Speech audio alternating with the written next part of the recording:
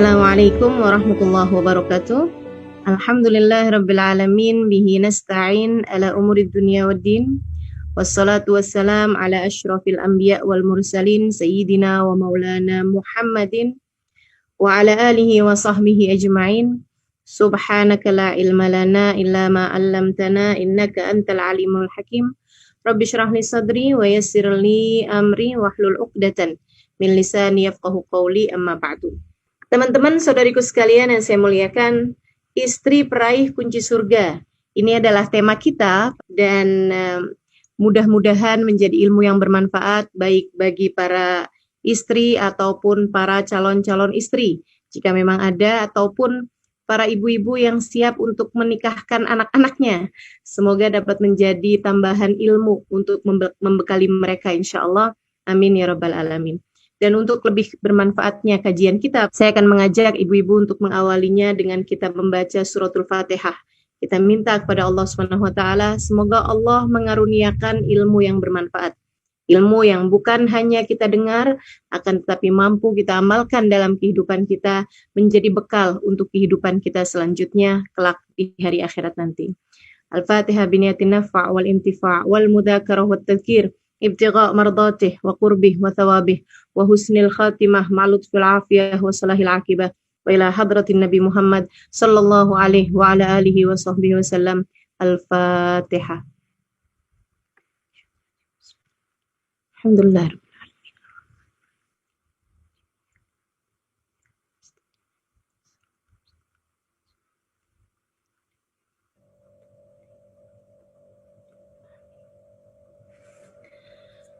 Saudari-saudariku sekalian yang saya muliakan, istri peraih kunci surga. Tentu diawali dengan adanya pernikahan yang dianggap sah dalam bingkai agama kita, dalam aturan agama kita. Dan pernikahan itu sendiri sebagaimana yang disampaikan oleh baginda kita Nabi besar Muhammad sallallahu alaihi wasallam adalah sebagai sebuah ibadah paling panjang. Beliau mengatakan an-nikahu sunnati faman raghiba an sunnati falaysa minni. Nikah adalah bagian dari sunnahku. Nikah adalah jalan hidupku. Nikah adalah sesuatu hal yang aku pilih untuk menjadi cara menjalankan kehidupan bagiku. An-nikahu sunnati.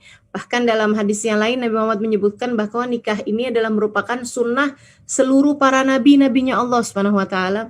Dari sejak Nabi Adam yang dinikahkan oleh Allah Subhanahu wa taala di surga dengan Siti Hawa, sampai kemudian Nabi Thid, sampai kemudian Nabi Idris, Nabi Nuh, dan nabi-nabi yang sesudahnya, sampai kepada baginda kita Nabi besar Muhammad sallallahu alaihi wa ala alihi wasallam. Semua nabi-nabinya Allah Subhanahu wa taala menikah. Karena itu merupakan kesempurnaan kehidupan bagi seorang hamba. Sekali lagi, semua para nabi-nabinya Allah Subhanahu wa taala menikah. Karena itu merupakan bagian dari kesempurnaan hidup seorang hamba. Hambanya Allah Subhanahu wa taala. Jadi jangan ada seorang pun di antara kita atau keluarga kita yang memilih untuk melajang seumur hidup sebagai bagian dari pilihan, bukan sebagai bagian dari takdir. Artinya kalau memang itu yang ditakdirkan Allah Subhanahu wa taala, karena memang sampai dengan usia senja tidak ada yang melamarnya misalnya, itu urusannya urusan nasib ya, tapi bukan urusan pilihan. Artinya bahwa semua dari kita perlu memilih untuk tidak melajang dalam hidupnya sebagai pilihan dari hidupnya, sebab itu merupakan bagian dari kesunahan yang sudah disunnahkan oleh baginda kita Nabi besar Muhammad SAW, yang merupakan jalan hidup maksud saya ya. Bukan artinya sunnah dalam artian berpahala jika dilakukan, tidak apa-apa jika ditinggalkan, akan tapi yang dimaksudkan dengan sunnah dalam apa yang disampaikan Nabi Muhammad an-nikahu sunnati ini, maksudnya adalah bahwasanya nikah merupakan jalan hidup yang dipilih oleh Nabi Muhammad SAW, dan di kalimat sesudahnya Nabi menegaskan, faman raghiba an sunnati falaysa minni. Siapa yang enggan terhadap konsep pernikahan, falaysa minni, maka dia tidak termasuk dari kelompokku, kata Nabi Muhammad. Artinya enggan dengan konsep pernikahan menganggap bahwa pernikahan itu sesuatu hal yang meribetkan, dan itu banyak terjadi ya di beberapa negara-negara yang dianggap sebagai negara modern dan individual seperti Jepang misalnya. Saya dapat kabar bahwa di Jepang itu orang pada malas nikah. Mungkin karena ribet sama urusan anak dan juga ribet ngadepin mertua barangkali ya. Sehingga mereka memilih untuk tidak menikah dan melajang saja seumur hidupnya. Nah ini yang menjadi apa yang disampaikan oleh Nabi Muhammad alaihissalam tadi, bahwa faman raghiba an sunnati falaysa minni. Siapa yang enggan terhadap konsep pernikahan, dia tidak termasuk dari kelompokku, kata Nabi Muhammad alaihissalam. Semoga Allah Subhanahu wa taala menjadikan adik-adik jomblo yang mungkin mendengarkan kajian pada hari ini dipersegerakan bertemu dengan jodohnya insyaallah, dan juga ibu-ibu mungkin yang sudah punya anak yang sudah remaja dan berada dalam usia menikah, semoga juga mereka semuanya dipercepat untuk bertemu dengan jodohnya sehingga dapat menyempurnakan agamanya. Nabi Muhammad dalam hadisnya yang lain mengatakan, an-nikahu syatruddin. Nikah adalah setengah bagian dari agama, setengah bagian dari penjagaan agama. Maka siapa yang menikah, kata Nabi Muhammad, dia hanya perlu untuk menjaga setengah bagian agamanya yang lain. Jadi orang kalau sudah menikah, setengah agamanya sudah terjaga, dia hanya perlu untuk menjaga setengah bagian dari agamanya yang lain. Karenanya saya pernah mendengar sebuah hadis bahwasanya ketika terjadi akad nikah ya, ketika seorang laki-laki menjabat tangan seorang ayah, kemudian dia mengatakan qabiltu nikahaha wa tazwijaha bil mahril madhkur, atau saya terima nikahnya dan kawinnya dengan mas kawin yang telah disebutkan gitu ya. Pada saat itu setan kabarnya berteriak. Mereka berkata, duh sudah terjaga setengah bagian agamanya. Aku hanya bisa mengganggu dia dari setengah bagian agamanya yang lain. Itu yang terjadi ya. Jadi kalau saya pikir-pikir nih, ketika terjadi akad nikah tuh ada 2 tan ya yang menangis ya. Jadi yang satu setan, yang keduanya mantan. Baik teman-teman saudariku sekalian yang saya muliakan, kembali kepada pernikahan sebagai sebuah bagian dari cara kita beragama dan kesempurnaan yang kita lakukan gitu kan ya, bagian dari cara kita menjalankan kehidupan. Ada beberapa hal yang kalau kita kerjakan dengan benar, jadi pernikahan ini begini konsepnya, ia adalah sebuah mahligai yang kalau kamu menjalaninya dengan benar, kamu akan sampai kepada apa yang dijanjikan Allah Subhanahu wa taala berupa surga. Seperti biduk ya, pernikahan itu seperti sebuah sampan, seperti perahu, seperti kapal, gitu ya, yang berlayar di tengah derasnya gelombang, yang berlayar di tengah lautan yang sangat dahsyat sekali gitu. Ketika kita memutuskan untuk menikah, kita menaiki kapal tersebut bersama dengan suami kita, dan sangat diharapkan dengannya kemudian akan lahir anak-anak yang berada dalam pendidikan yang baik di dalam kapal tersebut gitu kan. Nah itu kalau betul perjalanan kapal itu, maka ia menuju kepada sebuah pulau impian bernama surga Allah Subhanahu wa taala. Akan tetapi jika tidak, sangat dikhawatirkan jika kemudian dia akan tergelincir dan kemudian masuk naudzubillah min dzalik ke dalam apa yang dikhawatirkan oleh semua orang, yaitu berada dalam api neraka Allah Subhanahu wa taala. Ada banyak ayat, ada banyak hadis yang menunjukkan kepada hal ini. Salah satunya hadis yang disampaikan oleh Nabi Muhammad sallallahu alaihi wasallam, ayyuma imra'atin salat fardaha wa shamat syahraha wa ta'az zawjaha faltadkhulul jannah min ayyi babin sya'at, hadis riwayat Tabrani. Kata Nabi Muhammad alaihi wasallam, apabila ada seorang perempuan salatnya benar, terjaga, subuh, duhur, asar, maghrib, isya, tidak ada yang tertinggal, bagus semuanya pada waktunya masing-masing. Bahkan andai jika dia tidak menambah dengan sholat-sholat sunnah sekalipun, sholatnya bagus, shamat syahroha, dan dia berpuasa pada bulannya, yaitu bulan Ramadan. Dia berpuasa, dan yang hutang-hutang karena disebabkan menstruasi misalnya, dia qadha di waktu-waktu yang lain. Gitu ya, andai dia tidak menambah dengan puasa sunnah sekalipun, nggak punya Senin Kemis gitu kan, nggak punya Ayyamul Bid tanggal 13, 14, 15 dia nggak puasa karena dia sibuk mengurusi keluarganya, tapi dia punya andalan ibadah yang lain, yaitu ibadah berupa pernikahan, teman-teman saudara sekalian. Wa ata'at zaujaha, dan dia dalam ibadah tersebut baik dengan cara ata'at zaujaha, taat kepada suaminya, memuliakan suaminya, menjadikan suaminya sebagai caranya untuk meraih keridhaan Allah Subhanahu wa taala. Maka yang demikian, kata baginda kita Nabi Muhammad alaihi wasallam, faltadkhulil jannah min ayyi babin sya'at. Dia nanti boleh masuk surga dari pintu surga manapun yang dia inginkan. Dia boleh masuk surga dari pintu surga manapun yang dia inginkan. Nah, ini yang kita harapkan ya, menjadi istri-istri peraih kunci surganya Allah Subhanahu wa taala. Dapat kunci surganya, kemudian dapat memasukinya insyaallah. Amin ya rabbal alamin. Dan kalau nggak benar menjalaninya, pernikahan ini atau posisimu sebagai seorang istri, kalau tidak benar menjalaninya, na'udzubillah min dzalik, hanya akan menyeretmu ke dalam api neraka. Baginda Nabi Muhammad alaihi wasallam mengatakan dalam hadisnya yang lain, ayyuma imra'atin qalat li zawjiha ma ra'aitu fika khairan qat tahwi biha fi nari jahannam sab'ina kharifa. Kata Nabi Muhammad, kalau ada seseorang istri berkata kepada suaminya, aduh mas, panjang hidup sama kamu isinya sengsara mulu. Saya nggak pernah melihat kamu berbuat baik pada saya. Sejak saya menikah denganmu, hidup saya menjadi seperti berada dalam neraka. Kamu adalah orang yang menyiksa kehidupan saya dari sejak saya menikah denganmu. Atau kalimat-kalimat yang sejenis itu yang menunjukkan betapa dia menghabiskan semua kebaikan-kebaikan suaminya. Orang kan nggak ada yang berbuat jelek terus-terusan ya.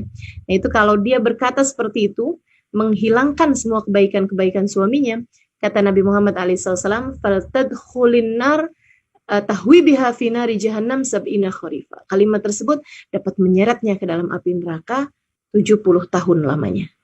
Maka teman-teman sekalian, posisimu sebagai seorang istri memungkinkanmu untuk meraih surga Allah Subhanahu wa taala dengan mudah, dan juga memungkinkanmu untuk menjadikanmu na'udzubillah min dzalik terseret ke dalam api neraka dengan mudah pula.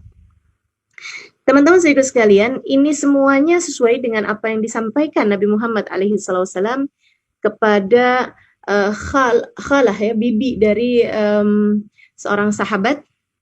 Coba nih kita lihat. Kepada seorang bibinya seorang sahabat ya, di mana dia mengatakan, diceritakan dari Al-Husain bin Mihsan bahwa bibinya datang menemui Rasulullah SAW untuk sebuah keperluan. Setelah selesai, Rasulullah bertanya kepadanya, amutazawijah anti, apakah engkau bersuami? Ia mengatakan, bala ya Rasulullah, iya wahai Rasul. Nabi kemudian bertanya lagi, kaifa anti bih? Kata Nabi Muhammad, bagaimana kamu terhadapnya? Wanita tersebut menjawab, aku tidak pernah menyia-nyiakannya wahai Rasulullah, kecuali jika aku tidak mampu. Artinya, aku selama ini berusaha untuk taat padanya, untuk memuliakannya. Aku tidak pernah menyia-nyiakannya, nggak pernah nyuekin dia, nggak peduli padanya, menjadi istri yang salehah ini maksudnya. Rasulullah kemudian mengatakan, fanduri ilaih, fa innama huwa jannatuki wa naruki. Jagalah perlakuanmu kepadanya, sesungguhnya ia adalah surga dan neraka bagimu. Hadis rawahu Ahmad dan hadis rawahu Tabrani. Nah, teman-teman saudara sekalian yang saya muliakan, ingat-ingat kata-kata ini, saya selalu menjadikannya sebagai pengingat bagi diri saya ketika datang ujian-ujian dalam hati saya, ya, saya selalu akan ingat-ingat fa innama huwa jannatuki wa naruki fanduri ilaih fa innama huwa jannatuki wa naruki. Perhatikan betul bagaimana perlakuanmu terhadap suamimu, sebab ia adalah surga atau neraka bagimu. Saudariku sekalian yang saya muliakan, sebab ia adalah surga atau neraka bagimu. Perhatikan perlakuanmu kepada suamimu, sebab ia adalah surga atau neraka bagimu. Catat itu dalam relung hatimu yang paling dalam. Ingat-ingat setiap kali datang hal-hal yang menggoyahkan hatimu untuk menjadikan suamimu bukan sesiapa. Sebab suamimu bisa jadi dia adalah bukan sesiapa bagi orang lain, akan tetapi bagimu fa innama huwa jannatuki wa naruki, ia adalah surga atau neraka bagimu. Demikian pesan baginda kita Nabi besar Muhammad sallallahu alaihi wa ala alihi wa sahbihi wasallam. Maka teman-teman saudaraku sekalian saya muliakan, seperti yang tadi saya sampaikan, bahwasanya kehidupan berumah tangga yang kita jalani atau yang akan dijalani bagi kawan-kawan yang mungkin belum menikah ya, itu adalah sebuah perjalanan menuju surga Allah Subhanahu wa taala. Ketika kamu diberi oleh Allah Subhanahu wa taala takdir menjadi seorang istri, kamu adalah seseorang yang telah diberi oleh Allah Subhanahu wa taala sebuah kunci. Kuncinya ini adalah kunci surga. Kamu bisa menggunakannya dengan benar ataupun kamu bisa menyia-nyiakannya begitu saja. Kamu bisa membuangnya begitu saja, tidak menganggapnya sebagai sesuatu, akan tetapi kamu juga bisa untuk mulai melangkah menuju kepada surga dengan membawa kunci tersebut hingga kamu dapat membuka kunci itu dan masuk di dalamnya, bahkan seperti yang disabdakan Nabi Muhammad SAW, min ayyi babin sya'at, dari pintu manapun yang kamu inginkan, dari pintu manapun yang kamu inginkan. Maka teman-teman saudariku sekalian yang saya muliakan, nah sekarang bagaimana nih caranya nih? Kalau kita mau menjadikan, saya udah setuju nih Ustazah misalnya gitu kan, bahwa menjadi seorang istri adalah seseorang yang diberi kunci untuk dia menuju kepada surganya. Saya sudah setuju nih, untuk saya mau menjadikan posisi saya sebagai seorang istri sebagai cara saya untuk menuju kepada surga Allah SWT. Tapi bagaimana caranya? Nah, kalau kamu bicara tentang cara, yuk kita pelajari teman-teman saudariku sekalian yang saya muliakan. Apa saja atau bagaimana cara untuk menjadikan posisi kita sebagai seorang istri orang-orang yang mampu meraih kunci, meraih surganya Allah Subhanahu wa taala dengan kunci yang telah diberi oleh Allah ini. Saudariku sekalian yang saya muliakan, sudah kita pahami bersama bahwasanya pernikahan itu adalah sebagai sebuah ibadah. Bahkan boleh dikatakan ia adalah ibadah yang paling panjang, yang kalau diberi waktu malah jadi nggak sah. Jadi kalau misalnya waktu akad gitu kan, dibilangin gitu, saya menikahi putrimu, atau saya menikahkan kamu dengan putri saya, misalnya begitu ya, katanya seorang ayah, untuk jangka waktu 1 periode presidenan misalnya gitu, 1 periode kabinet gitu, 5 tahun maksudnya. Nah, itu malah justru nggak sah gitu. Tidak diperkenankan memberi jangka waktu untuk sebuah pernikahan. Atau saya menikahkan kamu dengan putri saya sepanjang masa pandemi. Jadi kalau udah pandeminya udah habis, berarti udah selesai juga masa nikahnya. Itu juga nggak sah gitu. Jadi gantungkan dengan apapun masa pernikahan itu malah justru tidak sah. Dari sini tidak sahnya adanya pernikahan kontrak ya. Kawin kontrak gitu kan dengan jangka waktu. Teman-teman sekalian, jadi pernikahan ini boleh dianggap sebagai sebuah ibadah yang paling panjang. Kalau kamu sholat, kamu hanya perlu waktu untuk bersiap-siapnya dengan wudhu, pakai mukena, kemudian sholatnya saya rasa hanya 15 menitan aja, begitu kan ya. Sampai dengan sholat tersebut selesai, dengan kamu salam dan sesudahnya kamu berdoa sebagai sebuah kesempurnaan sholat tersebut. Nah itu. Kalau kamu berpuasa hanya perlu waktu dari subuh sampai maghrib aja gitu. Begitu datang waktu maghrib, kamu malah haram untuk terus berpuasa. Misalnya ada orang gitu ditanyain waktunya Isya, oh kamu belum makan-makan, ya ini kan bulan Ramadan, tapi kan ini udah Isya, saya ibadahnya panjang, puasanya sampai dengan jam 12 malam misalnya gitu. Ibadahnya malah justru nggak sah. Ada jangka waktu untuk setiap ibadah, termasuk juga ibadah haji misalnya. Perlu waktu berbulan-bulan, bisa jadi dari sejak berangkat sampai pulang, terutama buat orang yang perjalanannya sangat jauh ya, apalagi zaman dulu kan ditempuh pakai kapal laut misalnya begitu. Perlu waktu berbulan-bulan, tapi kan hanya berbulan-bulan, habis selesai pulang dia udah nggak haji lagi gitu. Nah, kalau pernikahan ini ibadah yang saya rasa paling panjang ya. Ada yang sudah menikah selama 20 tahun, bahkan 40 tahun, bahkan 50 tahun, 60 tahun masih dalam masa menikah gitu kan. Berarti dia telah menjalani ibadah yang sebegitu panjangnya.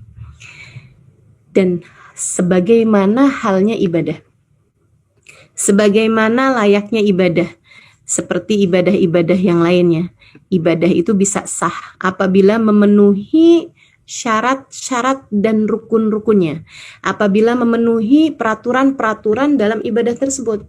Orang kalau mau sholat tapi ngadepnya nggak mau ngadep ke arah kiblat misalnya begitu kan ya, Dia nggak mau tuh sholatnya ngadep ke arah kiblat, dia maunya ngadepnya ke selatan atau ke utara misalnya. Kalau ditanya kenapa, soalnya kalau ngadep ke sana saya ngelihat pemandangan yang kurang bagus, jadi saya ngadepnya ke utara aja.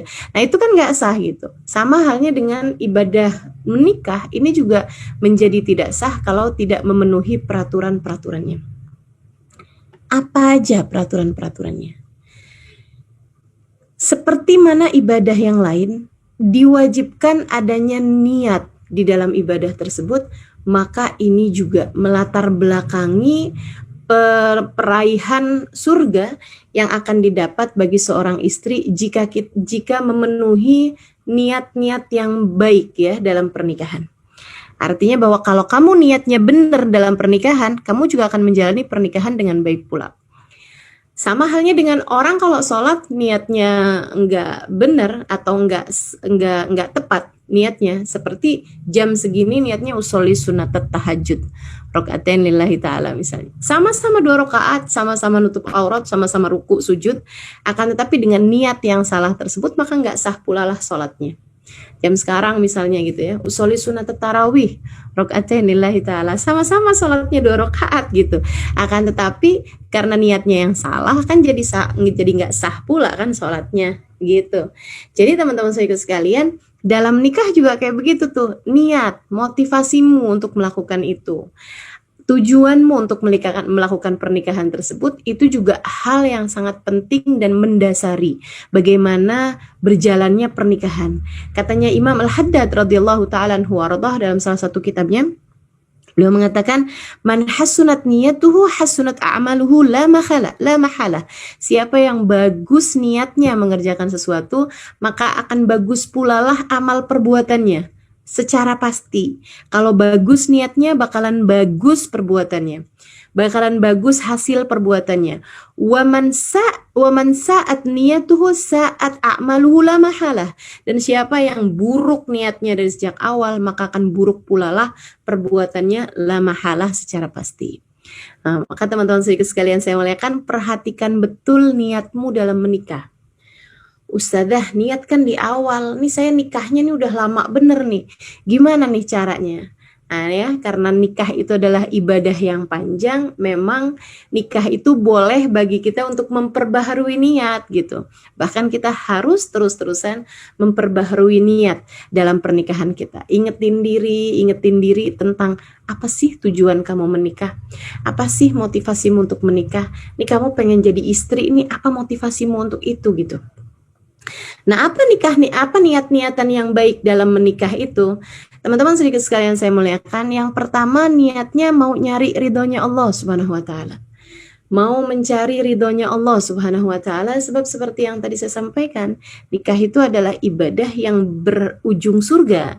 Nikah itu adalah ibadah yang menghasilkan ridhonya Allah Subhanahu wa taala ketika kita menjalankannya dengan penuh kebaikan, sebab orang yang diridhoi Allah kan dimasukkan ke dalam surganya gitu. Nah itu seperti itu.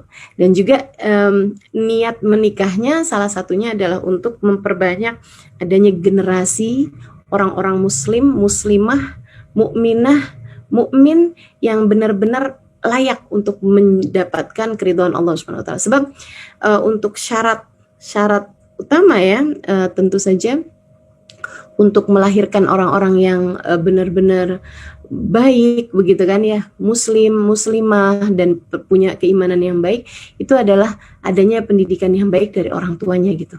Dan pendidikan yang baik dari orang tuanya itu didasari dengan adanya pernikahan. Teman-teman sekalian, kalau udah mohon maaf kebobolan duluan gitu kan, hamil, akan lebih sulit lagi untuk menjadikan anak yang lahir di luar nikah tersebut itu sebagai anak yang saleh dan saleha. Nabi Muhammad SAW mengatakan, tanakahu takthuru fa inni mubahin bikumul umam yaumal qiyamah. Menikahlah kalian sehingga kalian menjadi banyak. Menikahlah kalian wahai umatku sehingga kalian menjadi banyak.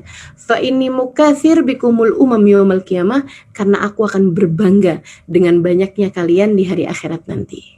Gitu ya. Jadi niat kita menikah yang pertama untuk mendapatkan keridhaan Allah Subhanahu wa taala, yang kedua untuk menjadi penyebab syafaat Nabi Muhammad sallallahu alaihi wasallam dan menjadi penyebab kebanggaan Nabi Muhammad alaihi salatu wasallam di dalam hadis yang telah saya sebutkan tadi. Fa inni mubahin bikumul umam yaumal qiyamah, dalam riwayat fa inni mukatsir bikumul umam yaumal qiyamah, karena aku akan berbangga dengan banyaknya kalian di hari akhirat nanti. Sesuatu hal yang akan dibanggakan oleh Nabi kita Muhammad sallallahu alaihi wasallam saat beliau menggiring kita umatnya, teman-teman saudariku sekalian. Gitu. Niat-niatan yang seperti ini tuh jangan sampai terkalahkan, gitu ya. Hanya karena saya menikah karena cinta, aku tak sanggup hidup tanpanya, misalnya, atau gitu. Saya menikah karena dia punya uang saldo di rekeningnya, jumlahnya nolnya tidak terhitung, misalnya begitu. Atau saya mau menikah sama dia karena dia mobilnya mewah misalnya, padahal itu hanya nyewa aja, kan bisa aja ya. Jadi teman-teman saudariku sekalian saya muliakan, jangan menikahi seseorang karena harta, jangan menikahi seseorang karena rupa, jangan juga menikahi seseorang karena cinta. Jangan gitu. Apalagi kalau menikah seseorang hanya karena saya takut zina daripada saya zina gitu. Kenapa kamu harus takut zina gitu? Jadi teman-teman sekalian, kalau kamu dari awal adalah seorang perempuan yang soleha, insya Allah nggak perlu lagi menikah hanya karena takut terhadap perzinaan. Kamu nggak zina kok, kenapa kamu harus zina gitu?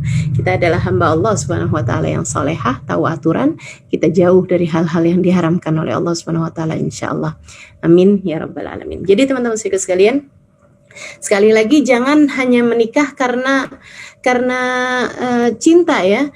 Saya banyak mendapati orang-orang yang menikahnya karena cinta, dia lupa bahwasanya menikah itu adalah sesuatu hal yang bentuknya rasa hati, dan rasa hati itu kamu jangan lupa juga bahwasanya Allah Subhanahu Wa Taala adalah yang membolak-balikannya. Allah menamakan dirinya Muqallibal Qulub. Makanya dalam salah satu doanya Nabi Muhammad mengatakan, ya muqallibal qulub, tsabbit qalbi ala dinik. Wahai zat yang membolak-balikan hati, tetapkanlah hati kami berada dalam keimanan padamu. Allah yang membolak-balikan hati. Betapa banyak orang yang menikah karena cinta pada masa menikahnya 5-6 tahun kemudian atau bahkan kurang daripada itu menjadi seseorang yang menjadi paling dia benci dalam hidupnya. Yang berawal dengan aku tak mampu hidup tanpamu, berakhir dengan aku tak sanggup hidup denganmu.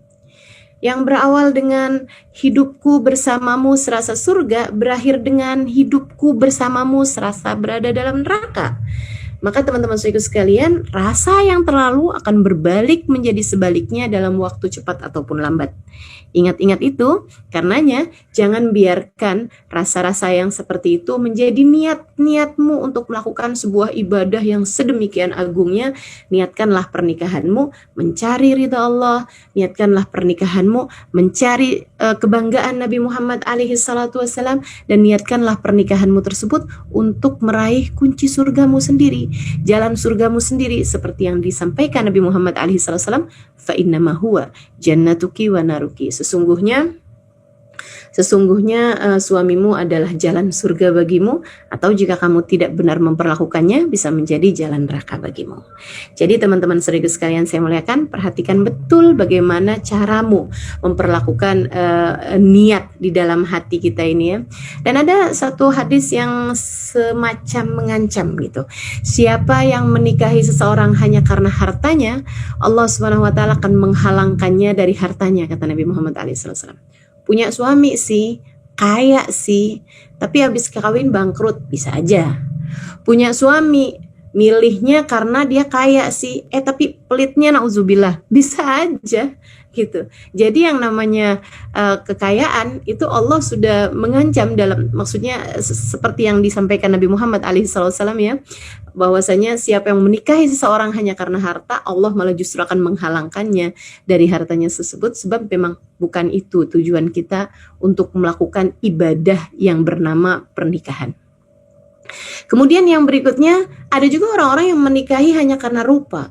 Nabi Muhammad juga semacam mengancam gitu. Siapa yang menikahi seseorang hanya karena kecantikannya atau hanya karena kegantengannya, hanya karena rupanya, maka Allah akan menjadikan orang tersebut jelek di hadapan pasangannya sudah menikah. Coba tuh perhatikan, berapa banyak orang yang menikah hanya karena rupanya gitu. Kemudian sesudah menikah dia menjadi tidak lagi menarik ya. Tidak lagi menarik di hadapan pasangannya. Maka kita juga mesti jaga-jaga ini. Niatnya mesti kita perbaharui terus. Kalau dulunya saya menikah hanya karena rupa, sekarang wajiblah bagi kita untuk memperbaharui niat kita. Jangan lagi hanya karena rupanya gitu. Kalau dulunya menikah karena harta, sekarang waktunya buat kita untuk memperbaharui niat kita dan mengingatkan diri kita untuk tidak menikahi dia atau saya menjadi istrinya bukan karena rupanya, bukan karena hartanya, akan tetapi karena saya bersama dengannya semoga akan menjadi penyebab saya masuk ke dalam surga Allah Subhanahu wa taala, akan menjadi penyebab saya meraih keridhaan Allah, akan menjadi penyebab saya menjadi seorang yang layak dibanggakan di hadapan Nabi Muhammad sallallahu alaihi wasallam sebagai nabi saya. Itu niatnya diperbaharui. Nabi juga dalam hal ini mengatakan dengan jelas ya, bahwasanya kata Nabi Muhammad, tungkahul mar'ali arba'. Perempuan tuh biasanya dinikahi karena 4 hal. Lijamaliha, karena kecantikannya, limaliha, karena kekayaannya, lihasabiha, karena anaknya siapa gitu kan, garis keturunannya. Nabi kemudian mengatakan yang keempatnya lidiniha, karena agamanya. Nabi menyebutnya karena agamanya nih yang nomor 4. Padahal kalau kita lihat sekarang nih, zaman sekarang kayaknya nomor 17 deh. Gitu kan. Udah nggak jadi patokan lagi gitu bagaimana agamanya seseorang. Nabi kemudian mengatakan sebagai kesimpulannya, sebagai sebuah ajaran dalam agama kita, fadfar bidatid-din taribat yadak. Kata Nabi Muhammad, fadfar bidatid-din, dapatilah orang yang beragama dengan baik, taribat yadak, maka akan beruntunglah kehidupanmu. Maka akan beruntunglah kehidupanmu. Lihatnya agamanya aja. Nah kalau kita nggak tahu agamanya dia baik apa nggak baik gitu kan, buat ibu-ibu nih yang mungkin mau menikahkan anaknya, ada seseorang yang deketin anak kita gitu, mintalah pada dia, anakmu atau kamu sendiri juga boleh melakukannya untuk melakukan sholat istikharah, minta petunjuk dari Allah Subhanahu Wa Taala apakah baik anakmu menikah dengan orang tersebut. Buat adik-adik jomblo juga bisa melakukan yang seperti ini ya. Kalau ada yang melamarmu, jangan hanya lihat wibawanya, bawa mobil, bawa bawa berlian misalnya gitu. Jangan hanya lihat itunya begitu kan ya. Akan tetapi lihatlah bagaimana agamanya gitu. Dengan cara kamu beristikharah, minta petunjuk dari Allah Subhanahu Wa Taala. Dan jangan berani-berani kayak begini nih. Dia sih sekarang anak bandel ya, tapi siapa tahu aja kalau saya menikah sama dia akan jadi insaf gitu.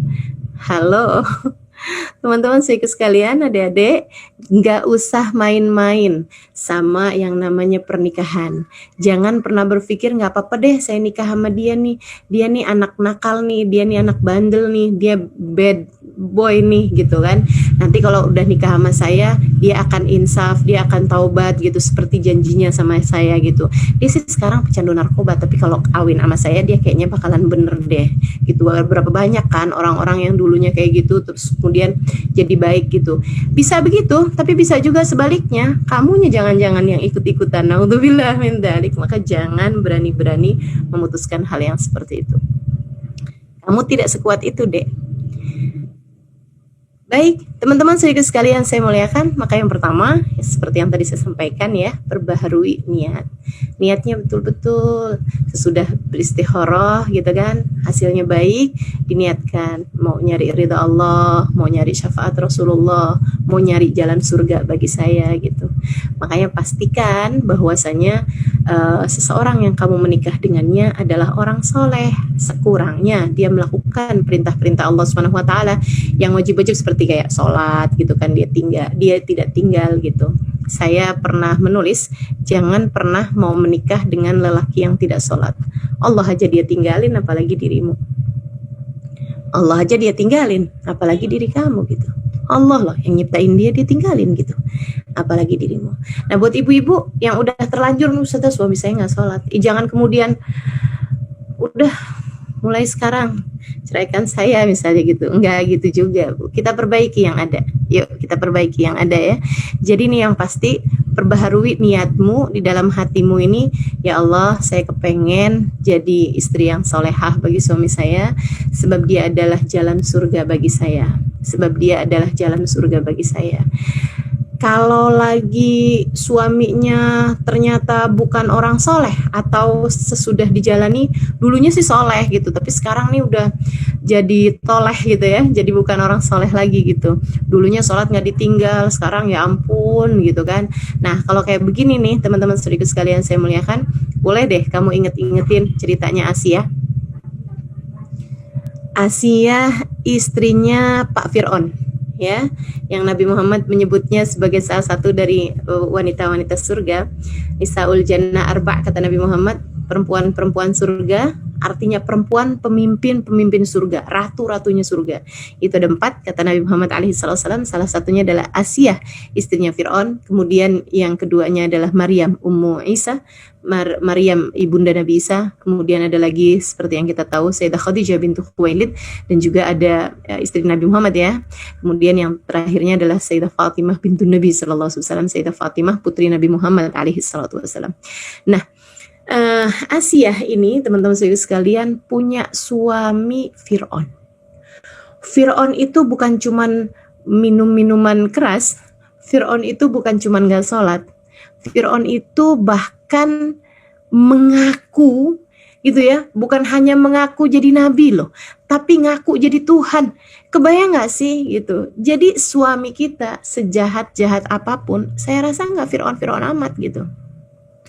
Tiap kali teruji hatimu menghadapi suamimu, ingat-ingatlah Asia. Kemudian bilang, ya Allah, karuniakan kepada saya kesabaran Asia, karuniakan kepada saya kesabaran Asia. Minta sama Allah Subhanahu wa taala, sebab memang kalau kita minta sama Allah ya sangat mungkin untuk doa kita diijabah. Tapi kalau kita nggak minta, apalagi kalau kemudian kita menuntut hal-hal yang tidak baik ya, maka jadinya hancur semua nih bangunan rumah tangga yang selama ini sudah kita bina.